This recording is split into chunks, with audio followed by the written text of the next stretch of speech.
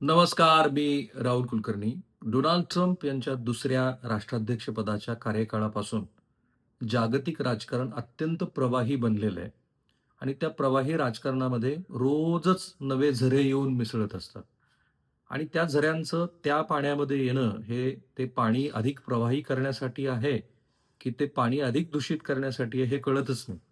आणि म्हणून जेव्हा मिस्टर ट्रम्प यांनी गाझा पीस बोर्ड स्थापन करून त्याची सुरुवात दाओसमध्ये केली, तेव्हा मी जरा रात्रीपासून ते वाचायला हातात घेतलं, की हे काय आहे नेमकी भानगड? कारण मी गाझा पट्टीतला जो संघर्ष आहे इस्रायल आणि पॅलेस्टाईन दरम्यानचा, तो प्रत्यक्ष त्या रणभूमीवरती जाऊन कव्हर केलाय.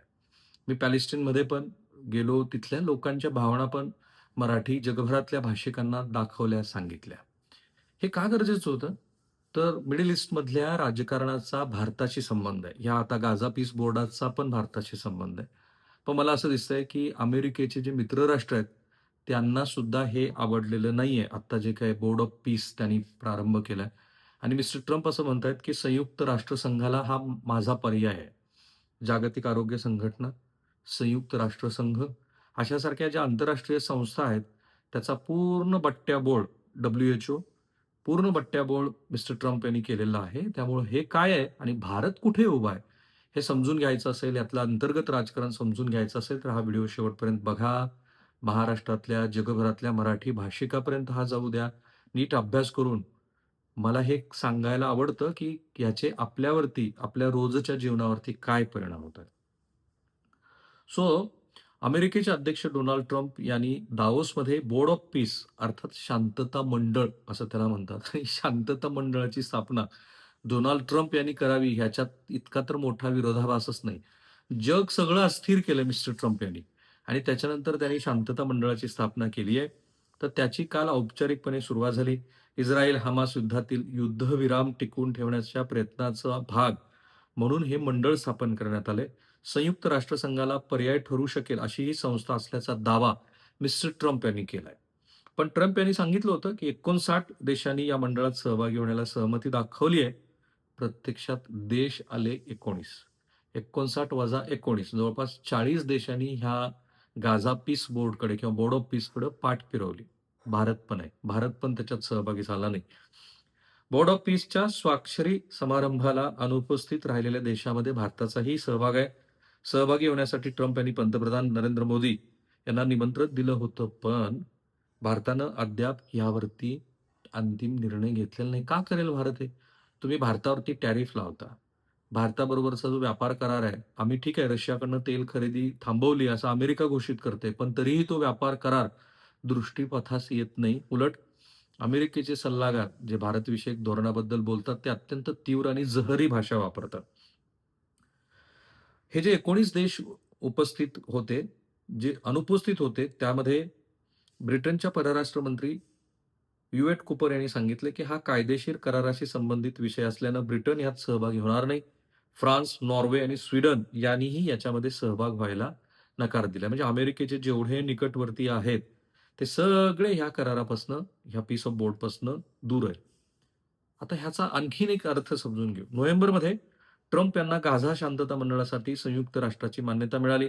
मंडळाच्या चार्टरनुसार ते जगभरातल्या युद्धग्रस्त भागांच्या पुनर्बांधणीसाठी काम करतील. गाझाचं काम पहिल्या टप्प्यात असेल, पण त्यातला व्यापारी भाग पण मी तुम्हाला सांगतो.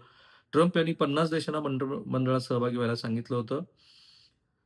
मंडळाच्या कायमस्वरूपी सदस्यत्वासाठी शुल्क आहे ₹9,000 कोटी. ₹9,000 कोटी. त्यानुसार ट्रम्प अंदाजे 4.58 लाख कोटी रुपये उभारण्याची योजना आखतायत. ट्रम्प कायमस्वरूपी अध्यक्ष असतील, ते अध्यक्षपदाच्या कार्यकाळानंतरही या पदावरती राहू शकतील. म्हणजे अमेरिकेचं राष्ट्राध्यक्षपद गेल्यानंतर तिसऱ्या अध्यक्षपदाची सोय ट्रम्प यांनी स्वतःसाठी करून ठेवली हे माझं आकलन. त्यातलं मधलं व्यापारविषयक भाग पण सांगतो. जेव्हा भारत आणि पाकिस्तान या दरम्यानचं युद्ध थांबलं, ऑपरेशन सिंदूरच्या मधल्या skirmishनंतर, तेव्हा मिस्टर ट्रम्प यांचे जावई आणि त्यांच्या मुलानं कराचीमध्ये एक हेड ऑफिस उभं केलं होतं. ते होतं रिअल अर्थ मिनरल्स आणि तिथं असलेल्या क्रूड ऑइलच्या संदर्भातला व्यापार करण्यासाठी. सो ट्रम्प हा व्यापारी माणूस आहे. ट्रम्प कायमस्वरूपी अध्यक्ष असतील, ते अध्यक्षपदाच्या कार्यकाळानंतरही या पदावर राहतील.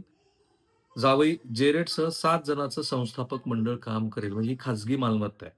संयुक्त राष्ट्रांना पर्याय म्हणून असल्याचा विरोधक आरोप करतायत. संयुक्त राष्ट्राच्या वार्षिक शांतता बजेटमध्ये अमेरिकेचे ₹45,000 कोटी असतात. ते कुठेतरी त्यांना वळवायचे आहेत. मंडळाच्या उद्घाटन समारंभात ट्रम्प यांचा दावा आहे, की रशिया-युक्रेन युद्ध लवकरच संपेल.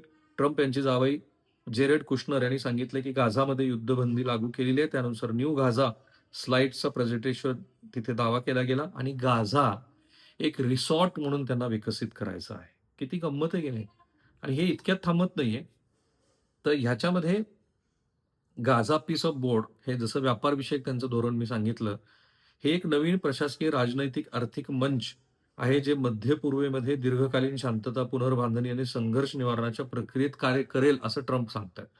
पण रोज सकाळी, दुपारी आणि संध्याकाळी वेगवेगळ्या पद्धतीनं बोलणारे ट्रम्प हे खरोखर तसं करतील का? Only God knows. कारण 10% युरोपवरती आम्ही टॅरिफ लादू असं म्हणणारे ट्रम्प 200% वगैरे. आता त्यांनी यू टर्न मारलाय आणि ग्रीनलँड ताब्यात घेण्याबद्दल पण यू टर्न मारलाय.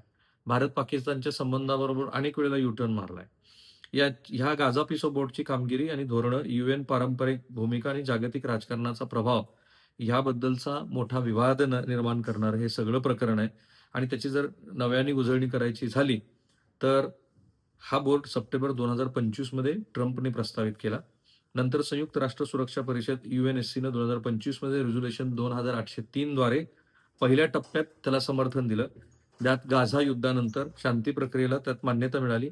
22 जानेवारी 2026 ला दावोसमध्ये त्याची औपचारिक घोषणा झाली आणि अ, ह्याचा जो सगळा स्ट्रक्चर आहे, ते स्ट्रक्चर असं आहे, की अध्यक्ष ट्रम्प हे कायम राहतील. सदस्य जगभरातली राष्ट्र, आंतरराष्ट्रीय नेते, आर्थिक नेतृत्व हा निर्णय प्रक्रियेतला सर्वात वरचा स्तर आहे. ह्याला बोर्ड ऑफ पीस मधला. मध्यस्तरावरती आहे ट्रम्प प्रशासनातले नियुक्त व्यक्ती, काही देशाचे प्रतिनिधी, कार्यसंचालन, आर्थिक धोरणं, सुरक्षा समन्वय आणि प्रकल्पाची अंमलबजावणी करणारे लोक आणि एकदम कनिष्ठ स्तर आहे national committee of administration of Gaza. त्याच्यामध्ये गाझा इथले स्थानिक तंत्रज्ञ, प्रशासकीय कमिटी, दैनंदिन प्रशासकीय कामं, नागरिक सेवा करणारे लोक, अशी याची एकूण रचना आहे. याच्यात सहभागी कोण आहे? बघा इंटरेस्टिंग आहे. ह्या 19 देशामध्ये कोण आहे? सौदी अरेबिया, मिस्र, कतर, पाकिस्तान, UAE, टर्की ही मुस्लिम राष्ट्र, की ज्यांनी ह्याला अनुकूलता दाखवली. कारण त्यांच्या दृष्टीनं पॅलेस्टाईनमध्ये शांतता नांदावी हा प्रयत्नच आहे आणि जगभरालाही ते आवश्यकच वाटतं आणि इस्रायल तिथं जे काही करतंय त्याच्याबद्दल मुस्लिम राष्ट्रामध्ये तीव्र भावना आहे. अर्जेंटिना पण आहे, अझरबैजान आहे, बहरीन आहे, हंगेरी आहे, कझाकिस्तान यासारख्या देशांनी याला मान्यता दिली आहे. सामील न झालेले देश आहेत फ्रान्स, स्वीडन, नॉर्वे आणि भारत. चीन पण याच्यामध्ये सहभागी नाहीये. याच्यासाठीचे जे मासिक जे स्थायी सदस्यत्व आहे त्याच्यासाठी तुम्हाला $1 बिलियन एवढं सदस्यत्व आहे. त्यासाठी पुन्हा 3 वर्षासाठी हे मानक सदस्यत्व पण तुम्हाला घ्यायचंय. मी काय म्हणालो, की आंतरराष्ट्रीय राजकारण हे प्रवाही आहे.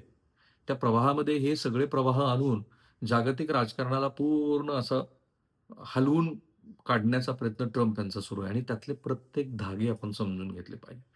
जर गाझा पीस बोर्डमध्ये पाकिस्तान आहे, भारत त्यात सहभागी होत नाही आणि अमेरिकेचे मित्र राष्ट्र नाहीत. त्याचा अर्थ की आंतरराष्ट्रीय पातळीवरती अमेरिकेच्या ट्रम्प यांच्या या धोरणाबद्दल साशंकता आहे. त्यांना अजिबात विश्वास वाटत नाही, की ट्रम्प जे बोलतील तेच करतील. थांबूया आपण इथे. माझा प्रयत्न आहे नीट अभ्यास करून तुम्हाला सांगायचं. त्यामुळे हे प्रयत्न घरोघरी गेले पाहिजेत. फक्त स्पर्धा परीक्षेचे विद्यार्थी बघतायत असं नव्हं किंवा राजकारणी पाहतायत असंही नव्हं.